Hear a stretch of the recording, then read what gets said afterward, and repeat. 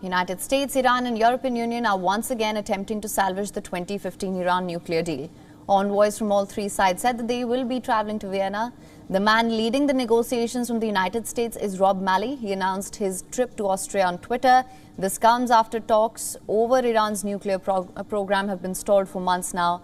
EU nuclear coordinator Enrique Mora will also be in Vienna. He tweeted the aim was to discuss getting the 2015 nuclear deal back to full implementation.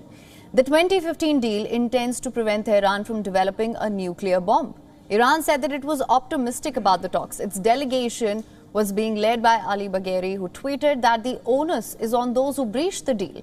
He further wrote that the ball is now in the court of the United States to act responsibly.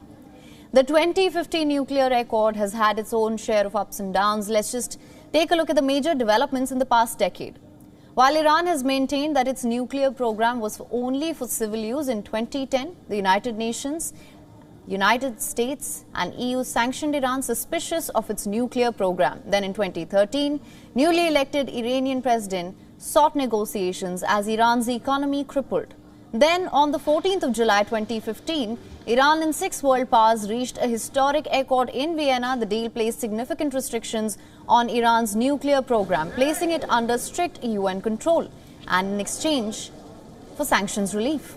Then in 2018, US President Donald Trump exited the deal, reimposed sanctions on Iran. A year later, Iran retaliated, started rolling back on its deal's commitments. US further sanctioned Iran's steel and mining sectors, and Tehran increased its stockpile of enriched uranium, crossing the limits placed on it. In 2021, Iran said that it started enriching uranium up to 60%. Then US President Joe Biden began talks on rescuing the 2015 accord, which brings us to this year. Just as the deal looked imminent, Russia invaded Ukraine. Moscow becomes the target of international sanctions and the negotiations delayed once again.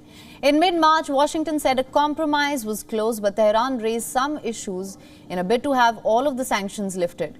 Then in June, 2 days of EU-brokered indirect talks in Doha between Iran and the United States concluded with no progress yet again.